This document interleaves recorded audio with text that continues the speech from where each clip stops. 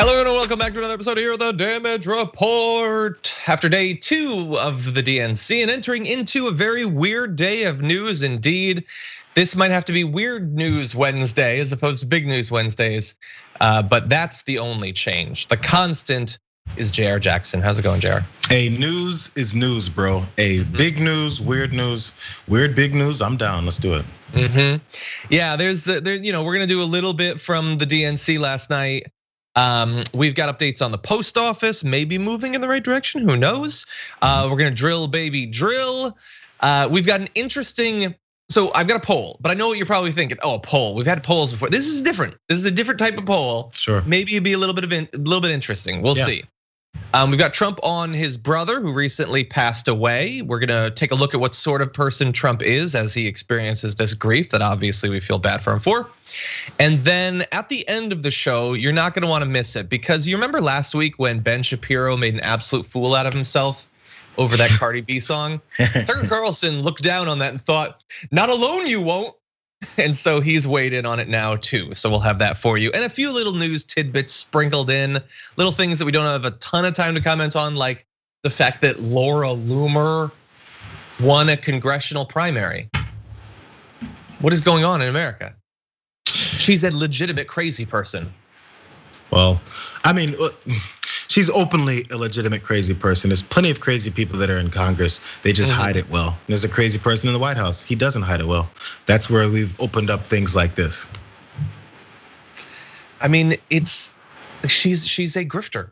She is just like the Democratic Party obviously is very frustrated with like online lefties trying to pressure them and stuff like that.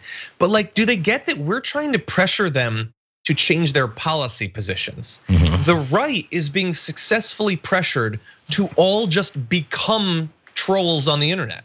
Like there's less and less of a gap between the insane QAnon supporting trolls on the internet and their literal elected officials. Like it's Congress, it's a congressional primary today. In November, at least one is gonna make it into Congress. Could it be a senator in 2 years or 4 years? Like how long will any Republicans last if they don't accept Q or whatever comes after Q? Or I don't know. I don't know what the next conspiracy theory is, but it's gonna be crazier because like with so much, we haven't talked about this in a while, but one of the things most frustrates me about everything online is that everything online is drugs. Everything hits ya and it's exciting, and then you start to get used to it, and you need a more pure, refined, powerful version of it. And that leads to grifters in media and grifters in politics, and also in conspiracy theories. Alex Jones isn't just kind of irrelevant now because of all of the obvious issues that we've talked about, but because he's been doing his shtick for so long, like people get used to it, and they need something more powerful. And conservatism is a hell of a drug, is what you're saying? Yeah, everything. No, literally everything. Like we get criticized sometimes by people like, why aren't you saying this? I'm like, because I'm not doing everything I can just to maintain you as an audience member of me. Like, I'm not gonna lie to you just so that you. Yeah, I understand there's people say crazy things so that you'll give them Patreon dollars. That's not what everybody does, okay? Last night at the DNC, we finally got AOC for a little bit. Here's what she said. Good evening, bienvenidos, and thank you to everyone here today endeavoring towards a better, more just future for our country and our world. In fidelity and gratitude to a mass people's movement working to establish 21st century social, economic, and human rights, including guaranteed health care, higher education, living wages, and labor rights for all people in the United States.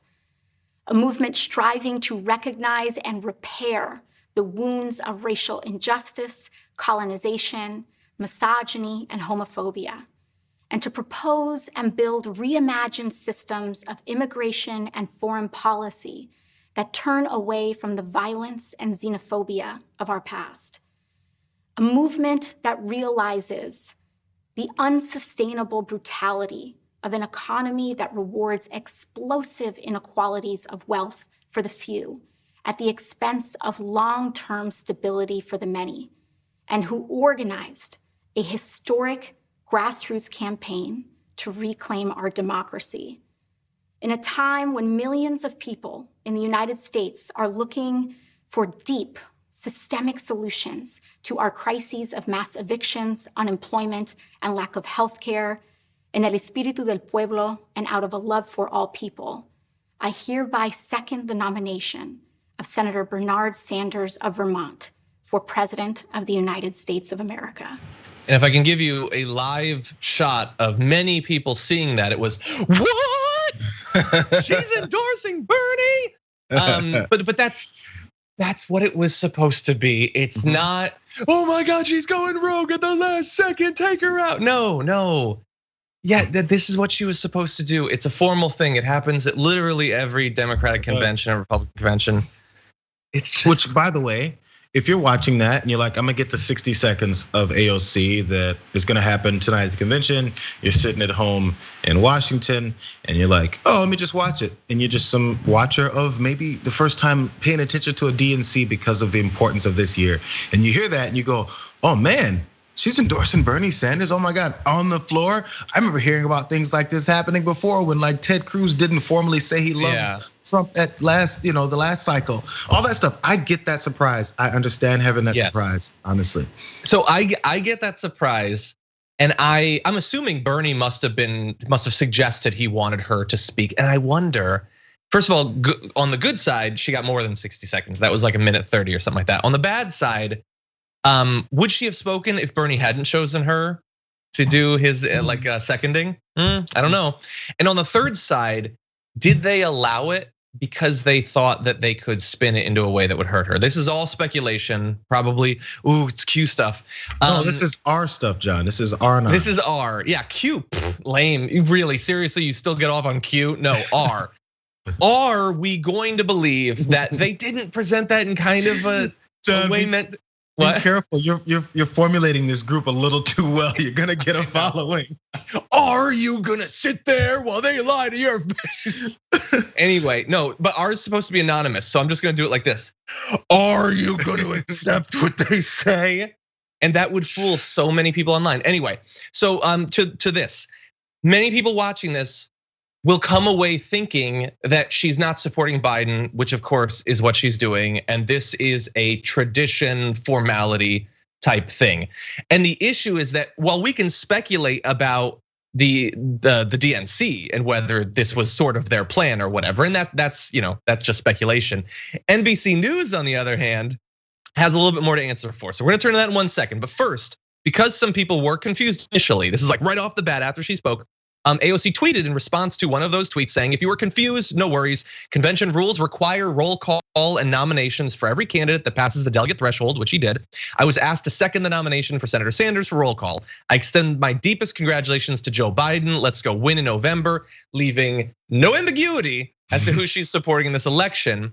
And that was then turned into by NBC News. In one of the shortest speeches of the DNC, Representative Ocasio-Cortez did not endorse Joe Biden. Quote, I hereby second the nomination of Senator Bernard Sanders of Vermont for President of the United States of America.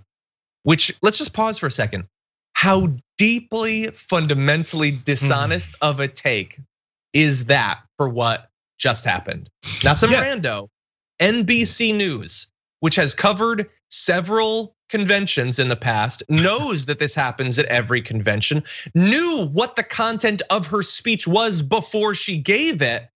They come out of that speech saying, oh, she didn't even endorse him. Wait, and she wants Bernie to be president. How fundamentally dishonest is that? And I'm sorry, but also the minds, at least the way it was pitched was that she had this short speech as if she came in and just wanted to speak and say really quickly how much she supports Bernie Sanders and F everybody else at this place. I don't know, if you come into it already a little bit against her, your assumptions about her can be just, or it's a launching point from that tweet, that misleading headline from NBC News, right? Also, by the way, there's many things as far as an establishment Democrat. and you don't want anything to have to do with AOC, there's plenty of things that you can criticize from that minute and 25 seconds that she had there. You can criticize the fact that she said no more colonization. You can criticize that she spoke in Spanish for a phrase or two a couple of times. You can criticize the fact that she wants things to happen for the country that's actually liberal and progressive and aren't on the normal platform and agenda for people like Joe Biden. There's plenty of things for NBC News to say that they were outraged and clutched their pearls over from her minute and 25 seconds, but they chose to go here because that would encompass enough Democrats to be against her. If you actually talk about the things that she did that you disagree with as an organization that are actually progressive, people might start going, well, that sounds good. Yeah. Oh, well, that might work out for me. I mean, AOC might not be crazy. I haven't really listened to much anything else except for people are saying that she said rather than what she said. Yeah, and it like NBC is like we can speculate about the DNC, and I obviously am frustrated with them giving her so little time and all that. But with NBC, no, that's designed to make people believe that, oh look, she's one of those crazies, she's turning against Joe Biden or whatever, when she's 100% not doing that. And the content of her speech, like the right presents her as some crazy radical. That was the most reasonable, level-headed, empathic, understanding 85 seconds I've ever heard in politics. How can you listen to that and think, oh yeah, no, she's the left's Laura Loomer? How could you think that? She's talking about healthcare and wages. That's it. So reasonable. Everybody should be talking about that. Everybody should be aspiring to be able to give a concise 90 seconds like that. But anyway, NBC News sent out that tweet, and they eventually did take down the tweet. Hours later, I think it was 1:30 a.m. Eastern time, when many of the sort of people who watch a convention would probably be asleep anyway. And so she responded to that saying, you waited several hours to correct your obvious and blatantly misleading tweet. It sparked an enormous amount of hatred and vitriol. And now the misinfo you created is circulating on other networks because it is all over the place. All to generate hate clicks from a pre-recorded routine procedural motion. That's what they did. And she goes on to say, this is completely unacceptable, disappointing, and appalling. The DNC shared the procedural purpose of my remarks to media well in advance. NBC knew what was going to happen and that it was routine. How does a headline that malicious and misleading happen without that prior knowledge or with that prior knowledge? So NBC News, how are you gonna fix the incredible amount of damage and misinformation that you are now responsible for? Because a 1:15 a.m. tweet to slip under the radar after blowing up a totally false and divisive narrative across networks isn't it. And I will respond for them because they probably won't. They're gonna do nothing, AOC. They're gonna do absolutely nothing because they like what they did. They do. Sometimes I'm gonna get some of these mixed up between CNN and MSNBC, but like, you think like the network that's okay with like talking about, digital brown shirts and Bernie's like the Nazi invasion across the Maginot line is like, oh yeah, no, they're not gonna try to hurt AOC. She's so popular, they're not gonna try to hurt her. No, they're trying to take you out because they don't want, they're not gonna wait 4 years to try to take you out when you're running for president. They want to poison as many people against you as possible now and tomorrow and next week and every single day. Yeah, well, journalists in general know the power that they have over the people that they cover. And generally this happens because I, grew up watching and continue to watch sports so closely that I get frustrated by sometimes the way that even when it comes to things like voting people into Hall of Fame and things like that, journalists have a say, or even just in normal coverage of them as they do their job. It's very similar here when it comes to media outlets and knowing how they can portray a political figure any way that they want to, and there's enough people that trust what they say because the media is supposed to be trusted as the source. I mean, especially now, people will think, NBC News, that's more trusted than things like Fox and OAN and all those things, right? So NBC News has something trustworthy to say. They're generally on the right side because they're supporting the guy that I like, all that. And then so this is it's a layup for them as far as getting a chance to portray her differently. Yeah, 100%. It's so see-through. And you know what? NBC started it and they took down the tweet. So they're gonna consider themselves to be clean on this. And now people are running with it. With Fox's Kill Me bizarrely claiming AOC leading far left Dem takeover with hostage video endorsing Bernie over Biden.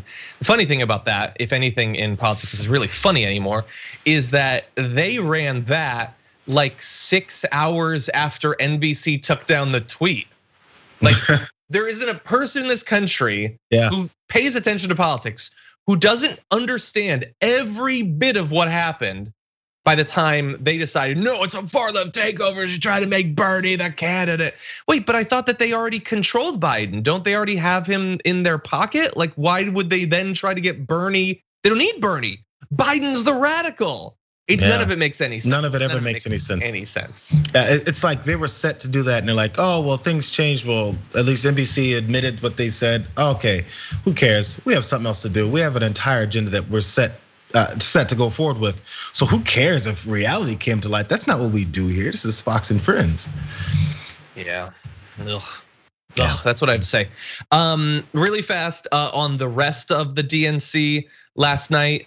So I was talking to my friend for his birthday on the phone for like an hour, so I didn't watch most of it. Honestly, I saw little bits. I hear some people liked Jill Biden's speech. I thought that the like 17 young state legislators and mayors and stuff like that was like perfectly fine. I don't know, Jayar, did you watch more of the speeches last night? You know, I have the last 2 days I've watched none of it. I plan on finally start watching it tonight. It was been a toss up in the house, so I'm in here solo now, and I hadn't been for a long time. So I'm resetting my gears, making sure that I'm ready to get into some political speak tonight. So I missed everything. I only watched Michelle Obama's later because of how much everyone was talking about it. So I watched that in full, but that's really the only one I've seen. Yeah, no, I watched basically all of the first night, but yeah, I was there for AOC and that was pretty much it. I wasn't gonna waste my night on Colin Powell or something like that, which is just, he's a Republican, and how many possible votes could he swing? The current Republican Party, the Democrats have no idea what the Democratic Party should be, and they have no idea whatsoever about what the Republican Party is. They think it's the 80s or something. Yeah, I have this, I'm sorry, we're going longer on this. I have this, I guess a hybrid approach on this because I know Cenk and them were upset about the number of Republicans that are there. But this is a way to approach it. Now, if you had a viable party that was trying to be a big tent, which Tom Perez kind of said, he said, we're looking to unite, not divide more. This country's already divided enough. Great thing to say as the head of the DNC, cool. Now, if you actually want to embrace the liberal progressive message, bring in people like AOC, bring in other members of a new Congress, people that are coming and doing real things and are vocal and adamant about it. Bring those folks in, bring in your Colin Powells, bring in your John Kasich's, bring in all those guys that you think are gonna unify and bring in this moderate Republican vote. But you know what, as they're speaking there, there's gonna be this tone of progressivism and democratic values that are being put forward. So when you bring in these Republicans, they're gonna be signing on to real change and not gonna be just there as a face to bring in more Republicans. So Republicans, if you wanna come join, cool, but you're gonna have to understand what you're joining is something that's actually gonna help the American people differently than the way you used to do it, which was under the guise of just going through with normal political rhetoric, which is what the Republican Party's always done. Donald Trump came in and is doing the same things they like to do, just doesn't know how to say it the right way. So these are the Republicans that have gone away from him, are the ones like, well, he's a little bit too crazy and radical for me.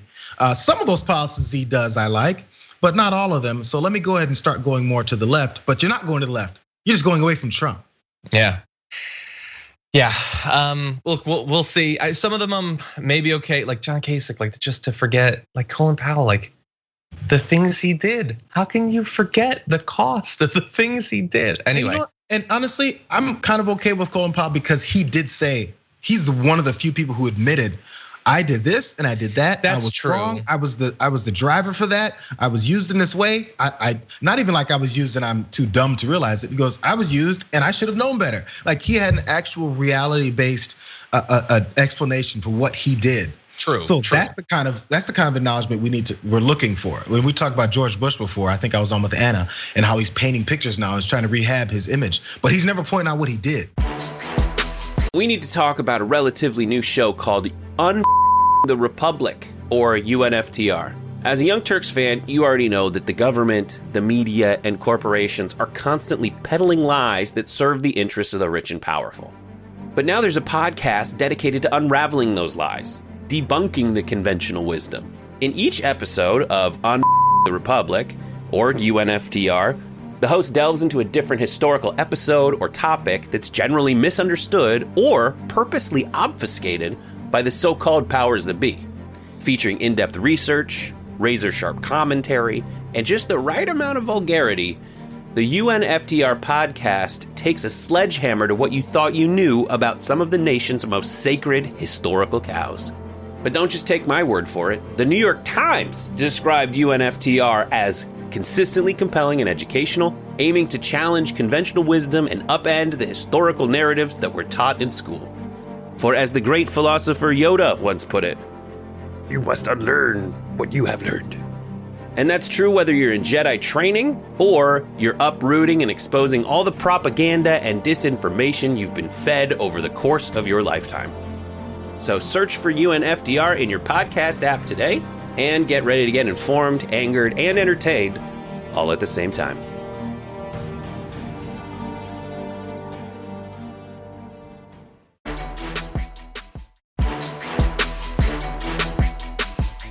The post office has engaged in any number of different manipulations of what is going to be necessary infrastructure-wise and procedure-wise, preparation-wise and finances-wise to get us ready to do the amount of mail-in voting that's going to be necessary for us to have a presidential election later on this year. And because of that, we've been doing a lot of coverage of it. There's been a lot of pushback against what Postmaster General DeJoy and the rest of the Trump administration has been doing vis-a-vis the post office.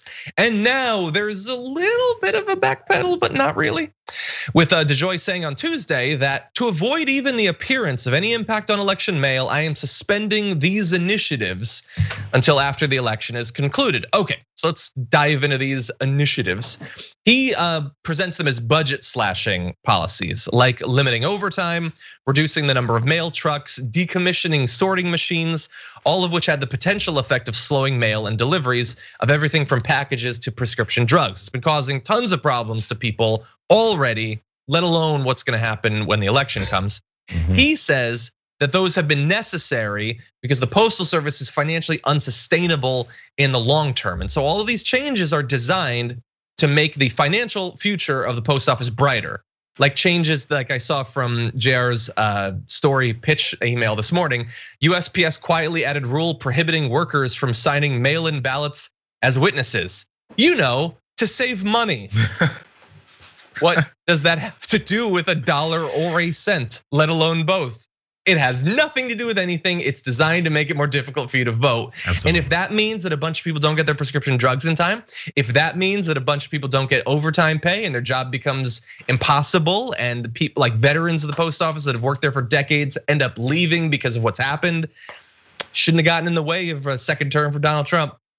That's all that matters. And a little bit more of details on that story about being able to sign off. So in Alaska, and when you have a mail-in ballot, you need to be a witness to sign it to basically get validated. And previous to this, postal workers could be that person. They can sign off you right there. It makes all kinds of sense in the world. You take your stuff in, there's someone there that signs it. They're no longer allowed to do that on the clock. They can still do it off the clock. Because you may just run into a random postal worker when they're off the clock and ask them to sign your ballot information so you can have it sent off. No, that's voter suppression. That's making it harder for people to vote. We know that's 2 + 2 is 4. Number two, there's postal union heads across the country in different states. They were asked about this reversal by DeJoy.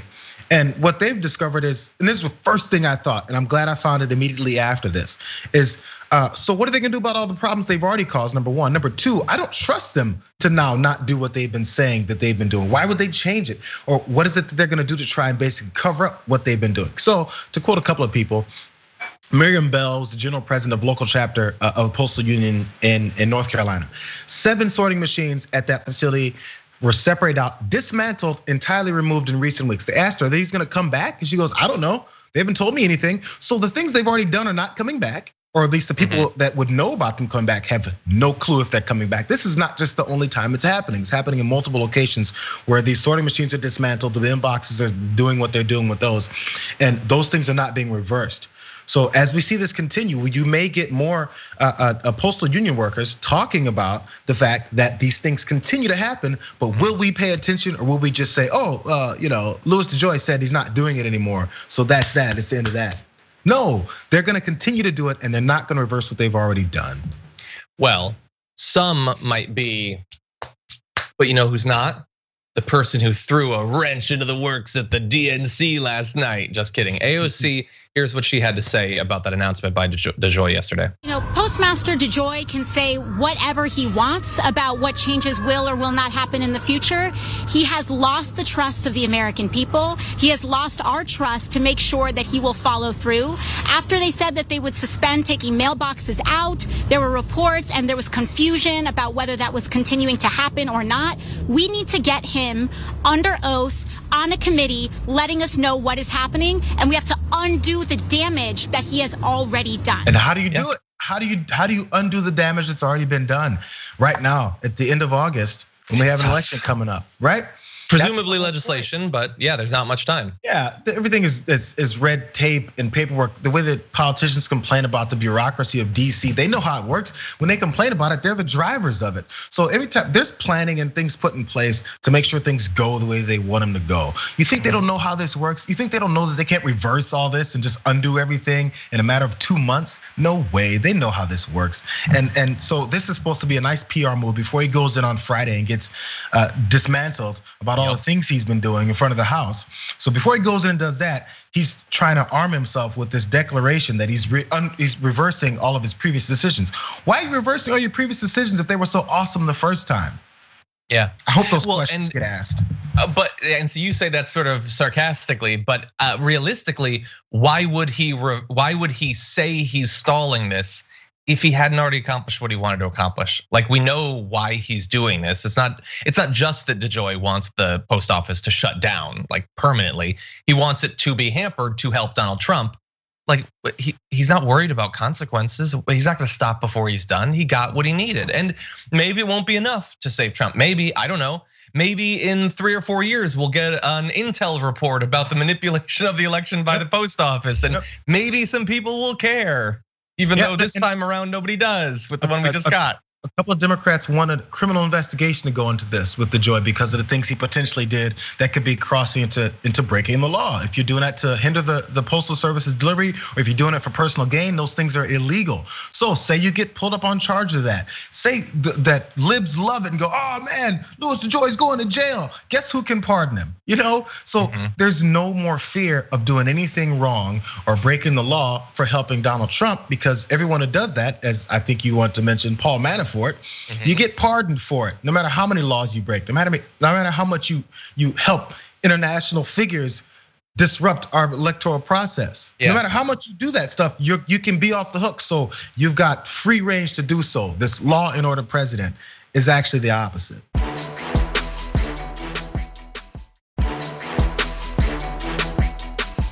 When Trump pardoned Roger Stone, it was pretty obvious from chapter 1 to chapter X of that whole story was pretty obvious to a lot of people.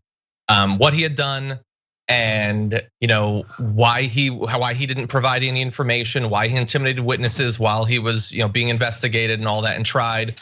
And then he finally goes down, and so Trump just lets him off because he wasn't a rat and he kept his secrets.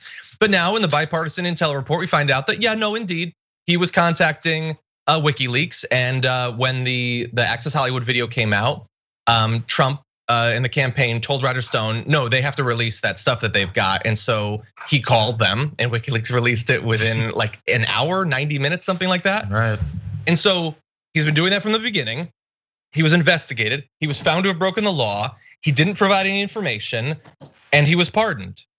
And that's why, like, when you look at the whole thing, it's in its entirety. Like, sometimes I get frustrated. I'm sure I've said it, but when people are like, if Trump wins re-election, like democracy will be done. No, it's not like it's an off or an on thing. Like, they've already done so much damage to accountability. Like, they got away with it. And we can like totally disagree about whether that was enough to have swung the election. Totally different story. They did it and got away with it.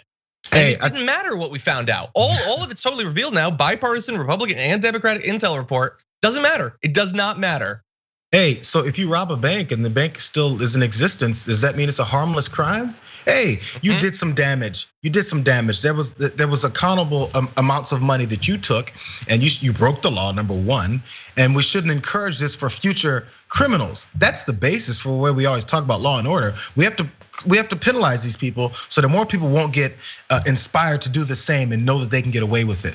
What is to keep people from thinking they can get away with this in the future if we don't actually do something about it? But no, when it comes to if you steal a pack of gum out of a 7-Eleven, the book is getting thrown at you because we cannot have little juveniles running in and stealing packs of gum that cost 25 cents. No, we can't do that. Yeah, and I mean, like, we can't go into all of it about Manafort and everything, but like, Trump, who again, remember in the Mueller report, never actually testified. Isn't that crazy how it went on for years and he never had to actually go before him, and we know exactly why he didn't want to. In his written answer says, no, I don't recall ever talking to Roger Stone about WikiLeaks. And the report's like, no, he did many, many times. So it's perjury, but it doesn't matter. He gets to commit perjury. He just gets to. Straight up. Yeah, and so that's why, look, do I disagree with the thrust of if he wins re-election, it's gonna be really bad? No, I say the same thing and I agree. It's going to be far worse, but it is not good now. They have already been extremely successful in doing damage that we have been doing reports on every day for a couple of years now. And some of that might be locked in. We'll see. Hopefully if Biden becomes president, he can reverse some of it, but we also know that in terms of power that's accrued to the executive doesn't tend to be given up by the next one, whether it's the same party or otherwise. So we're gonna see. The entire thing it's disgusting.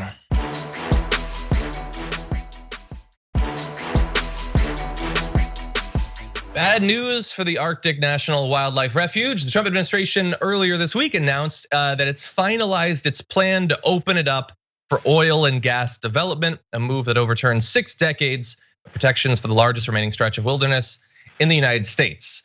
And if you feel a bit of deja vu, it's because the attempts to block the oil and gas development of ANWR is a thing that has had to be redone over and over and over again, because when it's like reasonable progressive values, you never actually win. You just hold off. Okay, you might win on a pipeline for a little bit, but they're gonna come back. Okay, it's not that way on the right, when what they want is just lots of money and free tax breaks. Once they get that money, they keep that money, But anyway, no, they finalized that plan, and Trump was very excited about it. And yesterday on Fox and Friends, he was asked about it, and he responds, he doesn't seem to have any idea what's going on or what the timeline is, but here he is talking about that. News story from the Wall Street Journal. They say the Trump administration plans to open up part of the pristine Arctic National Wildlife Refuge to oil drilling. What can you tell us about that? Well, we're looking at different things. We may or may not do it. We did do ANWR, as you know. ANWR is a big deal that Ronald Reagan couldn't get done and nobody could get done. Everybody wanted it. This says you're planning to allow it. Well, no, we are looking at it. When you say planning to allow, we are looking at different things in Alaska. I've been very good to Alaska, and we are looking at things in Alaska. I got them a highway that's going to be built that they've been after for 44 years. We will take a look at that. I am very pro-energy. At the same time, they finalized their plan to open it up. He says, well, we're thinking about it, and as a separate thing, we did ANWR. So we're thinking about doing something that we just announced for the Arctic National Wildlife Refuge. And on the other hand, we did ANWR, which he has no idea that he's talking about the same thing. And he thinks that they're already drilling in ANWR, which is the thing that they just announced this week they're gonna open up for.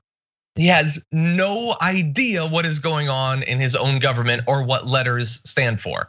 If it wasn't for the stupidity that just is unleashed every time he speaks, he has tells also. We already know whenever he's lying, he has these little moments where he points out, like if he's relaying a conversation someone had with him, he'd be like, and then they said, Mr. President, and then they said, sir. All that, those are all the prequels of lies. So This is another one that says, we're gonna think about it. Oh, we're talking about it. We may or may not do it. Well, we know if you may or may not do it, that's for life every time. He's like, I may or may not get up at my alarm time. Well, yeah, that's how it works.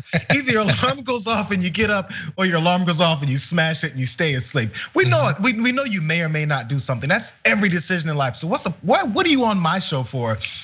Talking about what you may or may not do on something that your team said they're doing, or for something that you have no idea about. There's nothing that's been more on display about the way they use this guy and his stupidity and his popularity with a bunch of racists to promote what they want to do, and then they tell him later, oh yeah, Mr. Trump, this is gonna help you. Don't worry, everyone's gonna love you for this. And he'll say, okay, that works for me. Yeah, no, that's a good point, and I may or may not understand it. Yeah, no, he just doesn't like. And the thing is, like, understand two things simultaneously. One, surface level, shallow. We get to laugh at him because he doesn't know what he's talking about. That's fun, right? That's like Schadenfreude or whatever, especially needed in 2020. The other side, though, is that they are going to be opening up ANWR for oil and gas development. And they might potentially sell those leases before Biden gets into office, even if Biden wins. So the joke is here, but the joke is also fundamentally on us, because the largest unspoiled stretch of wilderness left in America is going to become spoiled after a decades-long fight to protect it. So understand both of those things can be true. Now, to be fair, I guess, we've been very critical of Trump on the environment up to and including right now, and that will continue. But for one moment, let's allow him to make the case for why he is in fact a great environmental president. In this video, he provides some examples of why that's true. But look at what we just signed with Cory Gardner and Steve Daines just 2 weeks ago. We signed the biggest, probably the biggest environmental bill. They said the biggest since Teddy Roosevelt, and it could be bigger when you add what I did for Utah. So I'm very much, I hate to say it, in theory, I should go down as a great environmental president, because if you take a look at that, add that onto what we did. Also, if you look at, I opened up the mines, the iron ore mines. We have the best in the world. So I opened that. Okay, so also, so his example is, I'm allowing more mining. So aren't I a good environmental president? And I have no response to that, I suppose. Aren't I a great animal lover? No, maybe not. Maybe you're not, though. Wait, you know what? Because that's what he's been getting away with his entire life. He says he's a successful businessman. Reality says he's not. He says that he's smart. The reality is that he's dumb. Everything, but the problem is every time he says these things, they stick. Russia had nothing to do with colluding and my connection in 2016. 100% the evidence shows that he did, but it doesn't matter. He said the opposite enough times that dumb people said, oh yeah, you know what? I think Trump is telling the truth this time, outside of the 27,000 other times that he didn't. But this time he does, and then the next time he will, even though this time he's lying. I mean, I can't blame him. Hey, just suck your entire life, say you don't suck, and be successful. That's an easy way to make it to the top. You don't have to do anything else. You don't even have to even act like you're working. Just say that you're working. Sit at your desk, and when the boss comes around and says, hey, Donald, why are your feet up on the table like that, chewing gum and blowing bubbles? Because I'm working. Get away. And then he goes, you're right, Donald, promotion. Like, that's how his life has been. So what would make him do anything different now? Yeah, no, I mean, we can't keep, like, yes, what he is doing is stupid, but it also generally has worked. Not everything, he hasn't accomplished all of his goals. Let's acknowledge that. I hate absolutist positions. I always hate absolutist positions. Yeah. But anyway, he has succeeded on many of these things, so we should acknowledge that. Someone in the comments said we should have Standing Rock-like protests for ANWR, which I agree, that would be great. The bad side is it is even more inhospitable in terms of the climate, and more importantly, is 19 million acres. So the fight is over about 10% of that or less, but it is still a very large area to cover. So we'll see, maybe that will happen, but you never know.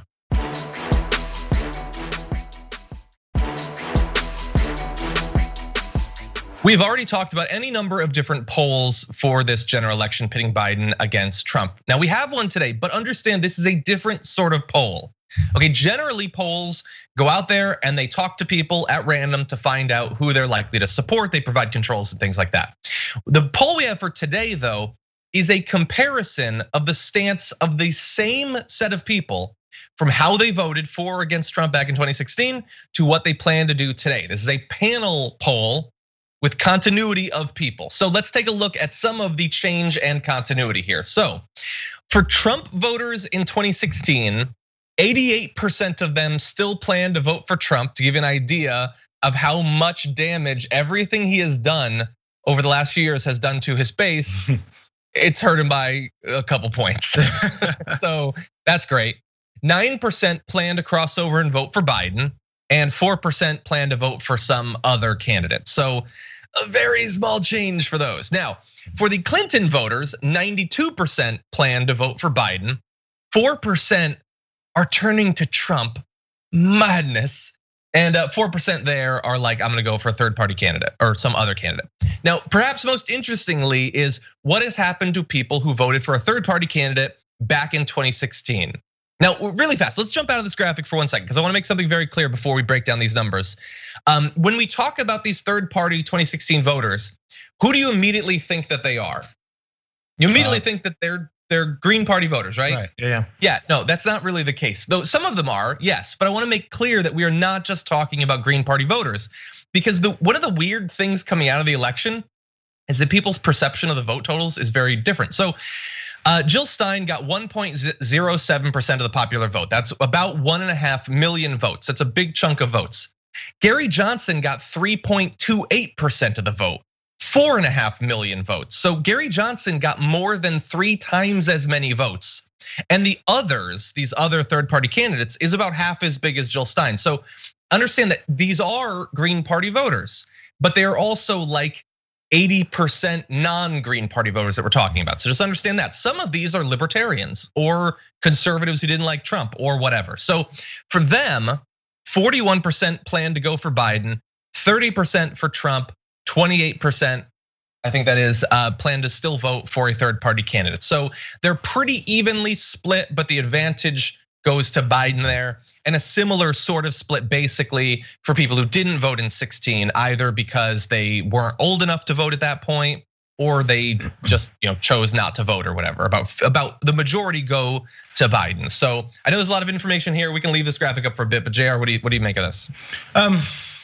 Like you said, I mean, pretty straightforward, self-explanatory, but or expected, because I mean the Trump vote being that high still, that's the base. Those are the only people that he thinks matter in the country. Because obviously if he can't appeal to anyone else. He can't appeal to independent voters, he can't appeal to new voters, and he definitely can't appeal to generally people who voted for Hillary last time. So it's just, of that graph, the 25% section of it is all that they really care about for good reason. But I don't know if it's gonna do much as far as changing anyone's approach, because sometimes if you see a certain way people are voting, maybe it'll change the way you vote. So maybe other third party people or some other new voters or voters who sat out last time, I don't think this is anything that would sway them to change their minds about the way they go. And this specifically for the third party folks, it looks pretty, the same as what you would expect for them to do. It'll be split pretty evenly. Yeah, I mean, we're gonna have to see. Miss Calais in the chat says the what's a Lepo guy got more votes than Jill Stein. Yeah, but I mean, look, there's always been a significant number of libertarian, reform party, third party like we don't generally talk about that for some reason, but the right always has their third parties that get a significant amount of support. And in this particular case, Trump was obviously a very divisive candidate. So some conservatives didn't want to support Trump, but still want to vote for a right winger. So they went for Gary Johnson. That's why Gary Johnson did pretty well. I just think it's weird that nobody remembers that even happened.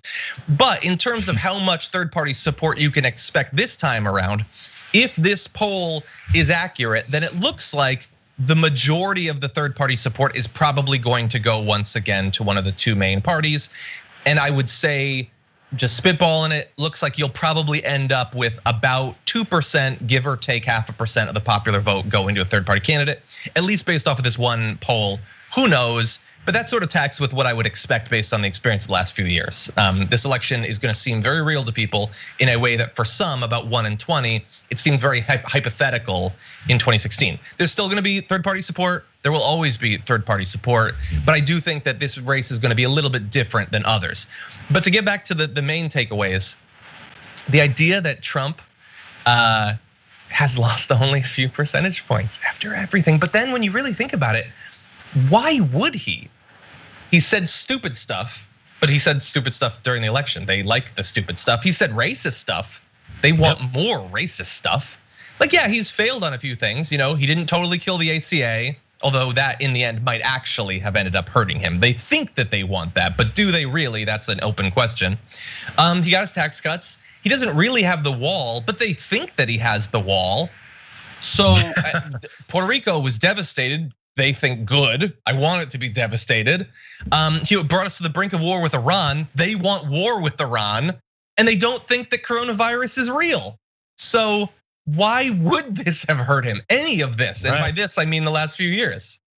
Yeah, it's worked for him almost because he's answering the call of what they were hoping to see happen, which I'm not sure if they could have planned any of this insanity, but no matter what it is, it's the cult version of the support. It's no matter what he does, no matter what he says, no matter how much he's exposed himself as a fraud, they'll continue to be on board just because now what they can't do is undo their decision, because the hardest thing for Americans to do is to say, oh, my bad, I was wrong. Definitely bad.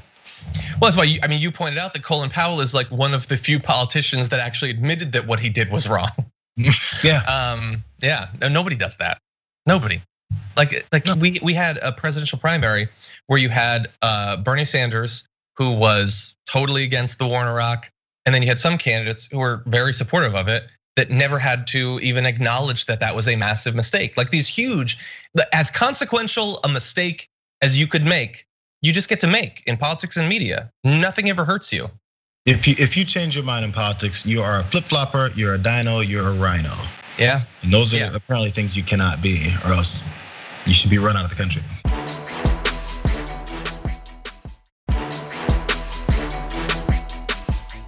With the initial stimulus bill, the bailout of a number of different industries that passed, and those that are being debated right now, you might have been led to believe that that's designed to protect essential industries, workers who have lost their jobs, the downtrodden that need help. But there are some very tapped into politics organizations that have received help already and indeed are being targeted for more in bills that are forthcoming. And these are lobbying organizations, the little guys. So we're being joined now once again by author and campaigns manager for Equal Citizens, Adam Eichen. Welcome back to the show. Thanks for having me, John. Always appreciate it.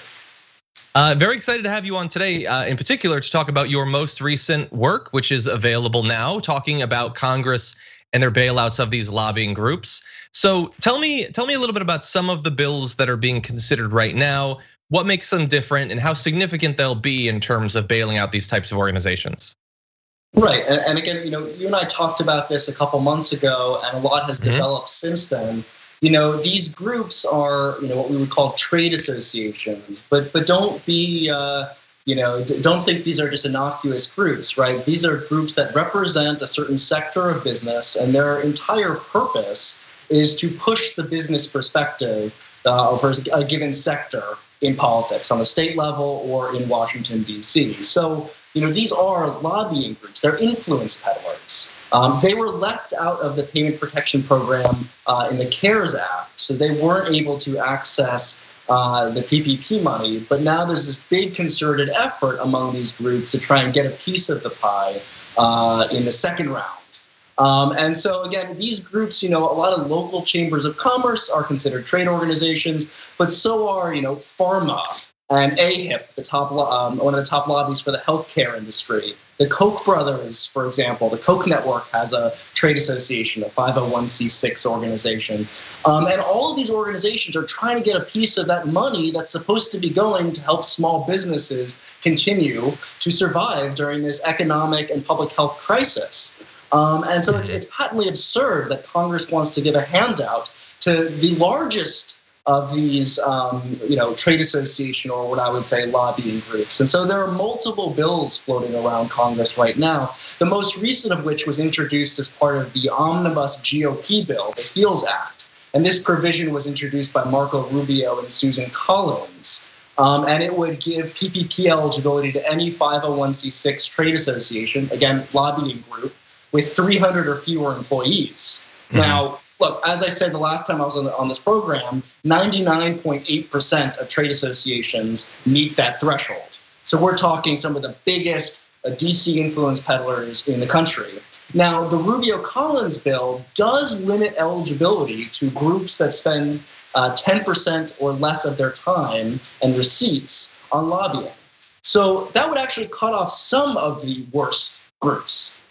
But here's the thing. The association, the American Society of Association Executives, which, and I kid you not, is a lobbying group for lobbying groups, is pushing to remove that provision. So because it's too onerous. How will you know, they say, if a group spends more than 10% of its time on lobbying? And actually, there's a really interesting story here, because the Rubio-Collins bill, we saw what we thought was the bill as introduced, and it was actually not terrible. It limited eligibility to, I think, 50 or fewer for 501c6 groups, not including chambers of commerce. So it was a really low threshold, and it limited the payout, the loans, to $500,000 per group. And we thought that was the bill that was introduced. But little did we know that this group, ASAE, was lobbying behind the scenes. And in a couple hours after that draft was leaked, they completely rewrote the bill and raised it to 300 employee threshold, which again would basically include virtually all these groups, and got rid of the $500,000 loan max.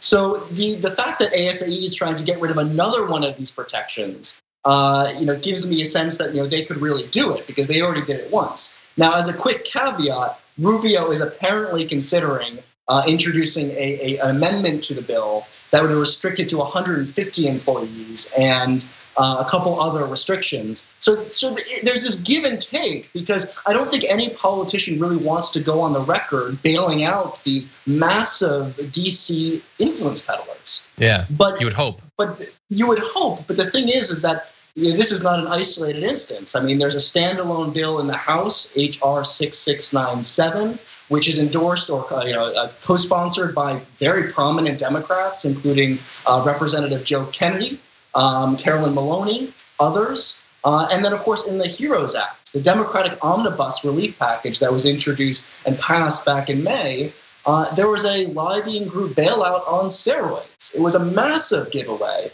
that very few people reported on. I believe we talked about it last time. Essentially, it would create a special fund for any trade association that has 500 or fewer groups, which could include the Chamber of Commerce, which is basically public enemy number one for progressives. And I really want to underscore this point, John, is that these trade associations are the ones working every day in DC to block progressive change. So at least with the Republicans, I get they want to bail out their conservative buddies, on K Street.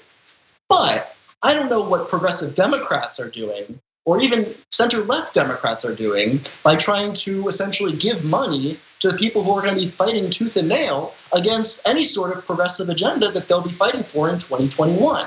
Well, we do know. I know what you're going to say. Yeah, if I'm going to be cynical, I'm going to say it is not a bad idea to shower organizations with money if you aim to be hired by those organizations when you stop trying to get elected into elected office.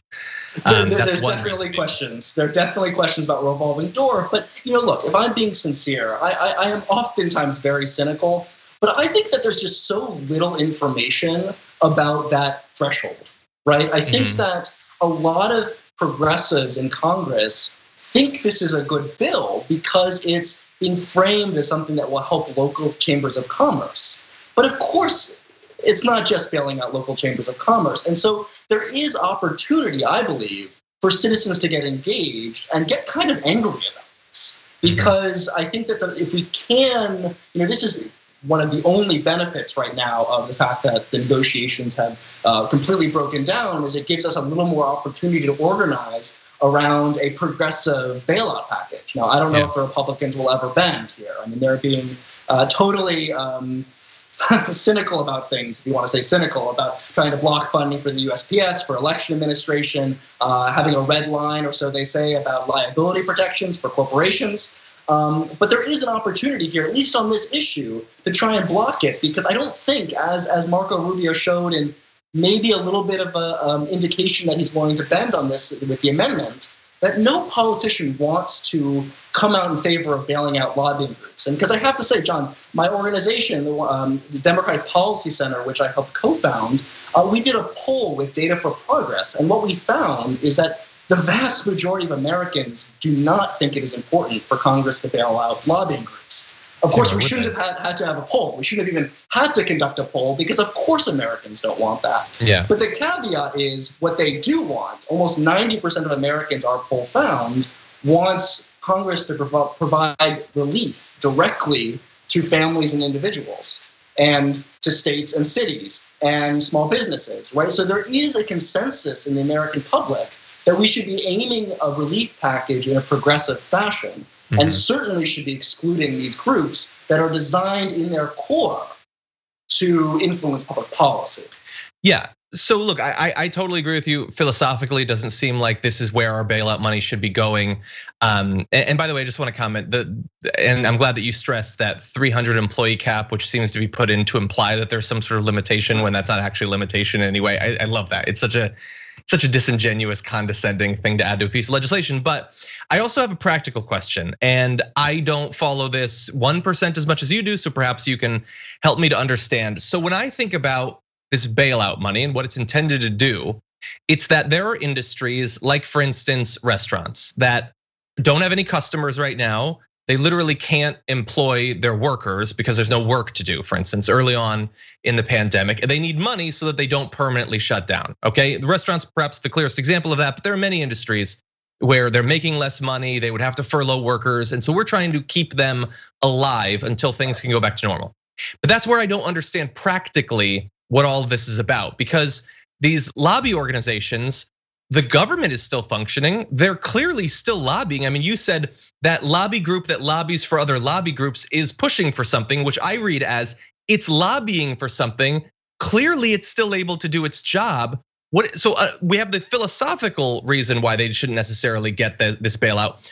Practically, what do they need the money for if things are still proceeding from their point of view as they were before the pandemic? Right, and I have an example of why it's so absurd in a second, but I think that what they would say is, well, they're struggling, right? So again, these are not lobbying firms in the sense that these are not groups that just employ lobbyists. This is much more subtle in terms of the influence. They have lobbyists, and indeed, almost all of these proposals ban the PPP money from covering any of the salaries, or in some respects, or in some instances, the actual lobbying activities. So the money can't cover it. The government money can't cover the lobbying stuff. So it could cover the staff, but the general staff. Of course, that's kind of absurd in its own right, because okay, you cover that staff, but that just opens up money for the lobbyists or for the ads or for the influence peddling, right? So that argument also doesn't hold. But I think you're right that they would say that they're struggling. And indeed, maybe they are, but this is why I draw a distinction about if we're going to extend it to these trade association groups, we certainly shouldn't be extending it to a group like pharma, which we know is funded by these pharmaceutical companies that are making tons of money right now. Or the health insurance lobby, these lobbying groups, AHIP. We know that they're doing very well, even in this crisis. And in fact, to just as this is my illustration, a group called the Partnership for America's Healthcare Future, which is the kind of the dark money group that fought against Obamacare in 2009. They ran tons of ads against Medicare for All during the primary when Bernie was running. They just started running ads right now during the Democratic convention, attacking the public option plan that Bernie Sanders and Joe Biden came to a consensus on. And so the fact that they're running millions of dollars of ads right now to try and block progressive change, and that group is partially funded by some of these trade associations, reveals the absurdity of this situation. That if they have enough money to be attacking progressive policy in the midst of a health crisis, then they deserve not a single cent of federal money, you would think. So let me ask you, I know that we have several bills that are being considered, and the overall negotiations seem to have been stalled for quite a bit. And we know that the way that Trump talks about it, he says we can live with it, we can live without it. He's at least projecting that he doesn't believe that further stimulus is necessarily needed. When it comes to these particular sorts of priorities, potentially fitting into the next round of stimulus, based on your research, what do you think is likely to happen? What do you think is likely to pass versus not pass? I mean, I think something will eventually have to pass. I mean, I think that even Mitch McConnell has to concede this at some point. I think that they're really drawing a hard line, but I'm not sure how Congress can possibly not bail out Americans. I mean, we're in the midst of a historic crisis right here, and so when it's all said and done, at least as it concerns this the bailout for lobbying groups, I think there's a real possibility that it does pass. I think there's a real possibility that there's some sort of provision to extend the PPP program to 501c6 organizations. The question now, at least from my point of view, is what limitations can we get on that extension? Because again, I want to be very clear here. If they extend PPP eligibility, that 501c6 trade associations can apply for the PPP money, that's okay. But if we had a limit of, say, you can't spend more than 5% of your time lobbying federal and state government, or we capped the employee threshold at 50.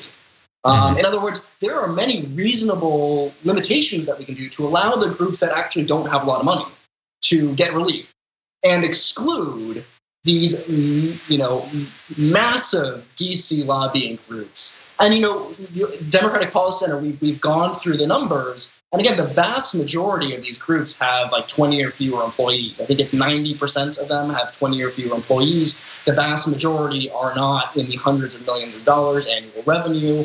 And so basically, if we impose very reasonable caps about what kind of groups could get this money under the umbrella of trade associations, that's something that we could live with. But what we cannot live with is giving millions of dollars in relief money to groups that are then going to turn around and bite us again in 2021 when they start running disgusting ads against even a modest healthcare reform platform. Yeah. Or continue running ads even during the election to put pressure on whoever ends up being the next president. Yeah.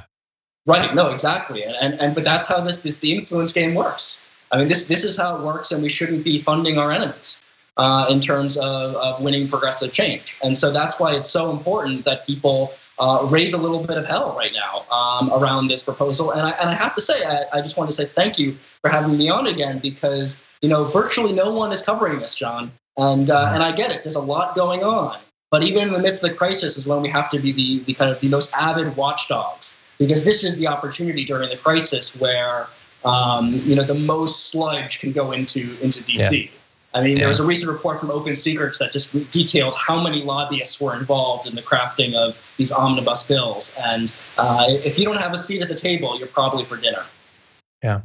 Well, and I couldn't agree more. Thank you for providing the oversight that you have, and hopefully we'll continue to as we go through this. And as you make your finds, feel free, come back on the show. We'd love to have you on to talk about it. Thanks, John. Always appreciate it. By the way, everybody watching this, the most recent op-ed is available at the Inquirer. Search for Adam Eichen and you'll find it there. You'll get all the statistics and everything. Adam, thank you again. Thanks so much.